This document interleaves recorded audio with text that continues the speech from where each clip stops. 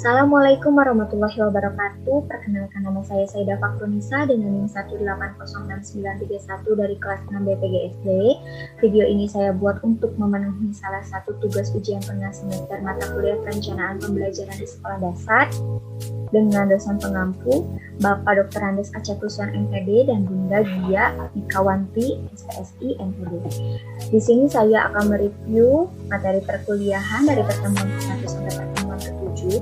Adapun materinya yang pertama hakikat perencanaan pembelajaran, yang kedua tujuan dan fungsi perencanaan pembelajaran, yang ketiga manfaat perencanaan pembelajaran, yang keempat prinsip-prinsip perencanaan pembelajaran, yang kelima model-model pembelajaran, yang keenam ruang lingkup perencanaan pembelajaran, dan yang ketujuh pendidik sebagai perencana pembelajaran. Materi pertama hakikat pembelajaran, yaitu manusia adalah makhluk sosial atau makhluk hidup yang memiliki fungsi luhur atau bisa disebut dengan otak yang digunakan untuk berpikir. Dari proses berpikir bisa mengikuti proses belajar atau pembelajaran. Selanjutnya ada tujuan perencanaan pembelajaran. Tujuan perencanaan pembelajaran sebagai landasan bagi guru dan siswa untuk mencapai kompetensi dan indikator yang ditetapkan. Yang kedua, memberikan gambaran pelaksanaan pembelajaran yang akan dilakukan.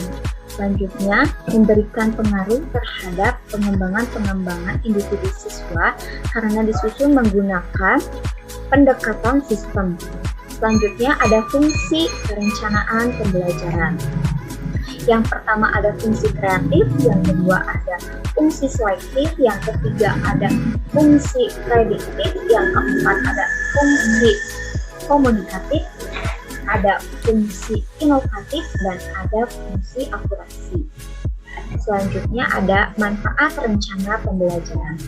Manfaat rencana pembelajaran sebagai petunjuk arah kegiatan, yang kedua sebagai pola dasar dalam mengatur tugas dan wewenang, yang ketiga sebagai pedoman kerja bagi setiap unsur baik siswa maupun guru, yang keempat sebagai alat ukur yang efektif, yang kelima untuk bahan penyusunan, yang keenam untuk menghemat waktu, alat, biaya, dan bahan.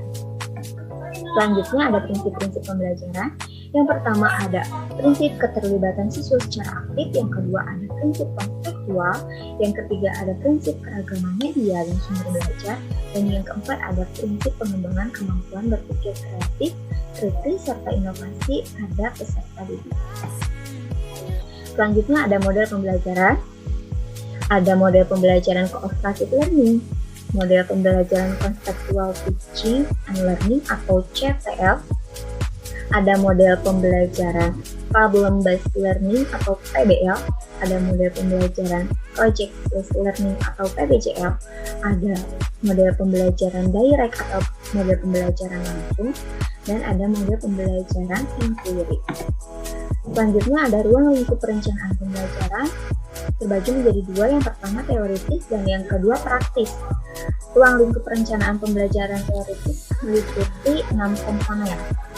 Yang pertama ada perumusan tujuan pembelajaran, yang kedua pengembangan materi pembelajaran, yang ketiga pemilihan metode dan strategi pembelajaran, yang keempat penentuan langkah-langkah pembelajaran, yang kelima pemilihan sumber dan media pembelajaran, dan yang keenam ada pengembangan penilaian pembelajaran.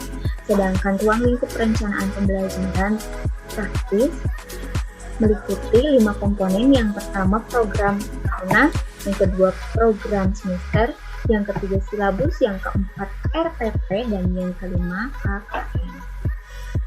Yang terakhir ada pendidik sebagai perencana pembelajaran. Perencana pembelajaran betulnya bisa siapa saja, tetapi di dalam sekolah formal seperti sekolah dasar yang merencanakan pembelajaran yaitu guru atau pendidik. Adapun kompetensi yang harus dikuasai oleh pendidik, yang pertama itu menyusun RPP, yang kedua menyusun silabus, yang ketiga ada menyusun sumber dan bahan, yang keempat ada menggunakan teknologi informasi dan komunikasi, dan yang terakhir ada menyelenggarakan penilaian proses hasil belajar yang berkesinambungan. Sampai pertemuan ke-7. Wassalamualaikum warahmatullahi wabarakatuh.